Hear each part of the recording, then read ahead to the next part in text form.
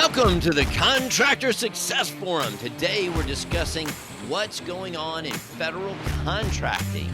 We have with us Stephen Brown with McDaniel Whitley Bonding and Insurance Agency, and we have Wade Carpenter Company CPAs, and Rob Williams with Irongate Entrepreneurial Support Systems. And we are the Contractor Success Forum, discussing how to run a more profitable, successful construction business. And today we're talking about what is going on in federal contracting. Wade, have you been wondering about this? I can't wait to hear this one.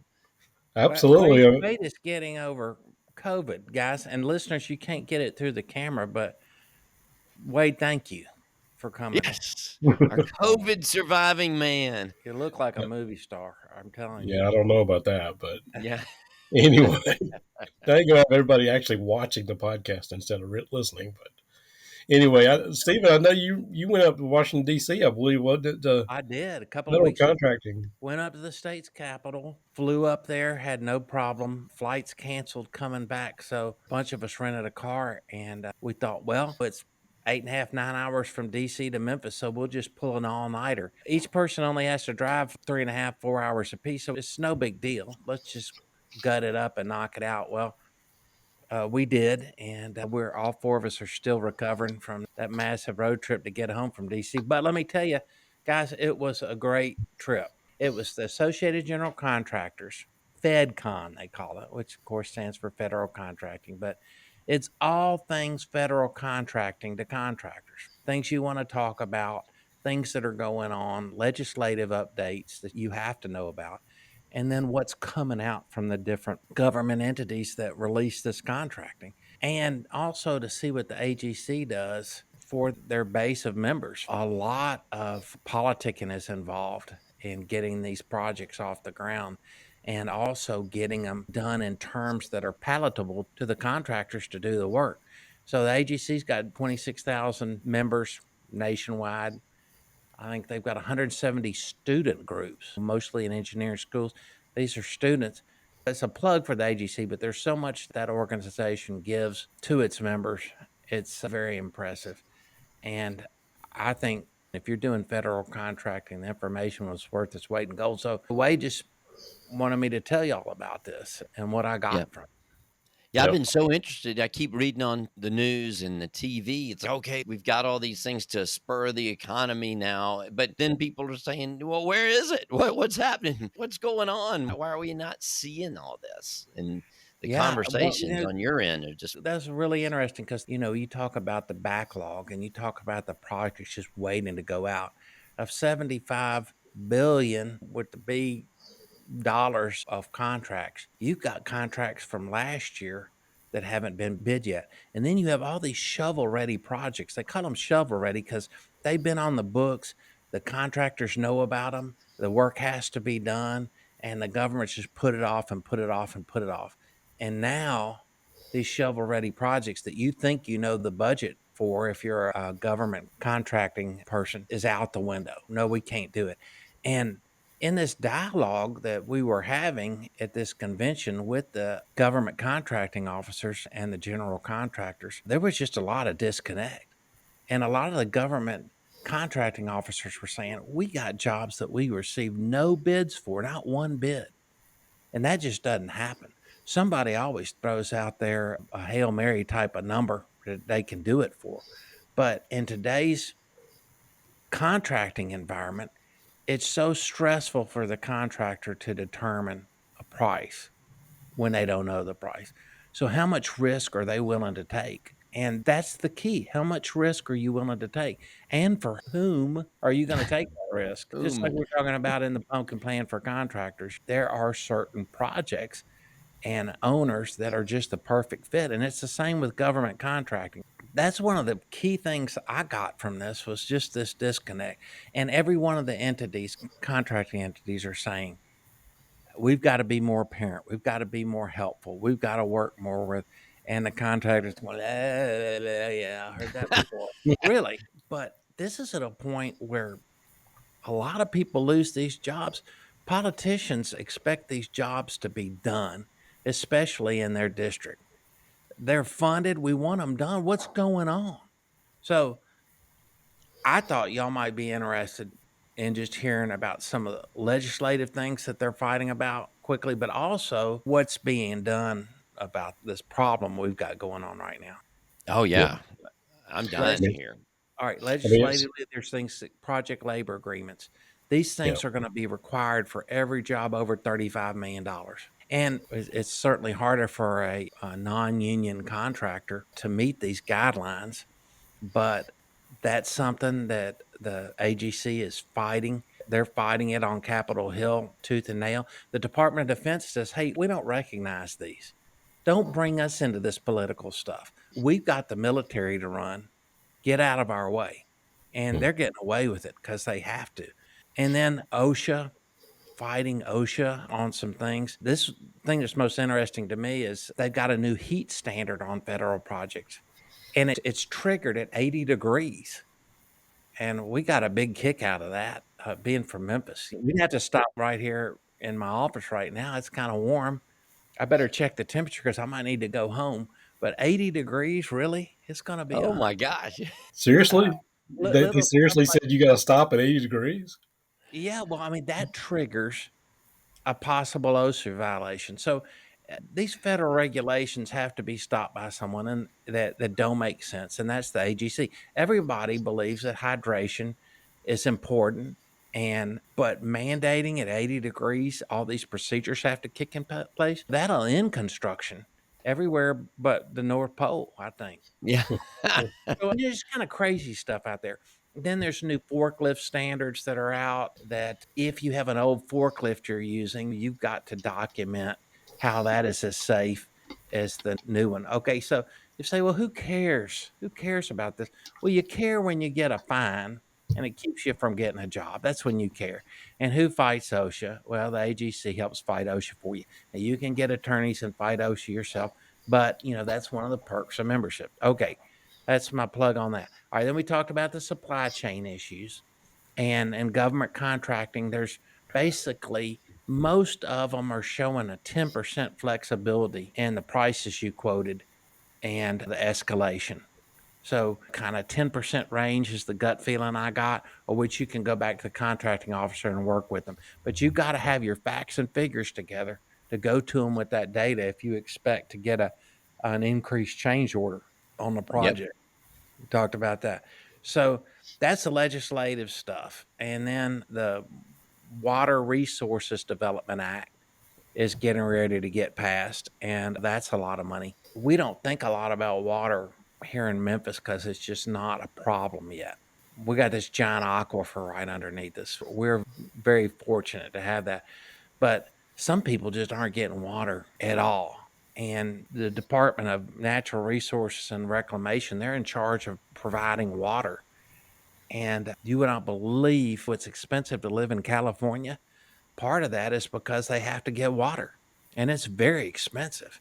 And when we're talking about gas being $6 a gallon, what's water per gallon? Nobody ever thinks like that unless you live in California and you don't have water. So this is huge. Then we got another issue of find out we've got all these dams and reservoirs that create hydroelectric power, all the benefits of a dam. There's 2,900 dams out there, and most of them were built from the mid 50s to the mid 70s, guys, and they're starting to fail. So there's got to be money pumped in, and it has to be there. This is going down. Another thing that I thought y'all might want to know is that most of the contracting dollars for developing a construction project funnels through the United States Army Corps of Engineers. And we've talked about this before. And then there's NavCon, Naval Facilities Contracting. But these are military folks. The projects get done. There's a reason why they do it. And the general of the Corps of Engineers has got this whole marketing program of the castle that represents the Corps of Engineers. Notice now the drawbridge is down and all the windows are open. We're transparent. And they sign a new partnership with the AGC. They're trying to say, hey, the buck does stop with us. And we're going to be more adaptive, and we're going to be more reasonable, and we're going to do what's right and what makes sense to get the job done. And it's amazing. guess what a general can get done. Those guys, they get stuff done. So you can see why most of the $75 billion is running through the Corps and NavCon. So if you say, well, that's who's doing all the money, then how do I get my hands on these jobs? How do I start doing stuff? I guarantee you there's a government job that you're perfect for doing out there. But you got to register on sam.gov and you got to get on their radar so they can find you. And then you got to find the projects. So we have that on another website, how to do federal contracting. But that's one way to do it. One question, Stephen. You told me somebody showed up at the meeting just to ask some questions because they weren't getting answers. Can you talk about that? Yeah, there was a fellow from one government division that showed up at the Corps of Engineers discussion because it was right there in Washington, D.C. And they thought, well, I'll just duck in on this meeting and get some help. I really applauded him for doing it. It was like, I'm ripping my hair out. What do I do? And we were all sitting there watching it, thinking, yeah, this is dysfunctional. When you've got the government and you've got these entities that aren't talking to each other, that's scary. And so they consider the Corps of Engineers plan of doing business the best way to get a project completed. And that's it. I keep thinking, Stephen, it's so unfathomable that they're not getting bids, and you just think, well, just go bid something, put it in. What are these contractors saying? Is it because they're just too afraid of the government bureaucracy, or is it mostly because of the material and the pricing, and they don't Well, know whether to put 50% or 10% I'll, or I'll what? say this: a number of those projects seem to be with overseas projects.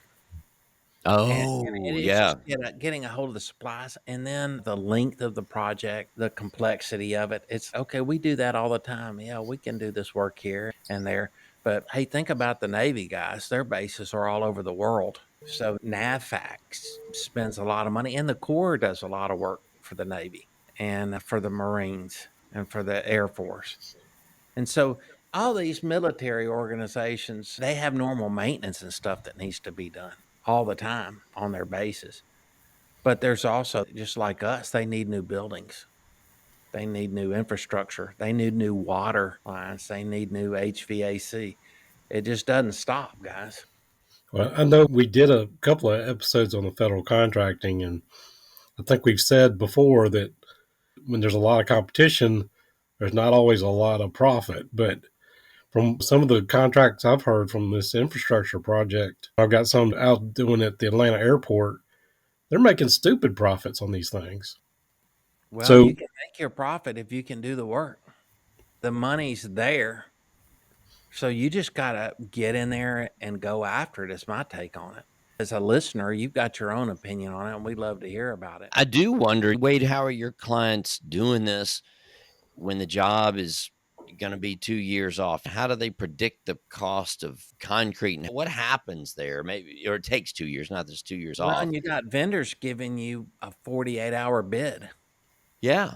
you know, How do you deal with that? What is the government's point of view when they do that? What concessions, what contract provisions? They don't care. They're giving you a little bit of leeway in the pricing fluctuation. And when the government stops a job, they give you time for that, but it still costs you money. When you go work on a military base, you got to get your whole crew on base. And I just know from visiting that job at Andrews Air Force Base a couple of weeks ago how much trouble it was just to get guests on the base. The base shuts down and there's certain hours, and it's their way or the highway. As you get used to that, you got to build those costs in. You can't eat those. I did a lot of the housing at the Navy bases, and now the good thing is we didn't really have anybody stealing anything. That was one thing. We had some serious security around that job. So, of course, we were the only contractor. I guess if there'd been 2 or 3 of us building next to each other, we would have stolen from each other. So we still had a problem, but it was just me framing them. And if you understand how to play by the rules, and they go out of their way to help you learn how to play by the rules, you get paid like clockwork. So that stress is gone. So, all these pros and cons of, no, I'm not getting it, man. I tried to do a job or I subbed a job. You're going to have to rethink that right now because there's a lot of money out there. At least that's my take on it. Yeah, I guess you get paid because I know I didn't get paid on one of my, but it turns out it was a public-private project. So that gets confusing. I didn't realize the factors that were in there. I thought it was just Well, I that's was a notoriously slow subcontractor. pay, yeah. Yeah, it got ugly. It was really slow pay. One other thing I wanted to tell you that I thought y'all might find interesting is that their goal of the small business and set aside business goal for government contracting is 11%. So 11% of $75 billion. And that's their goal for 2022, and it's 15% by 2025.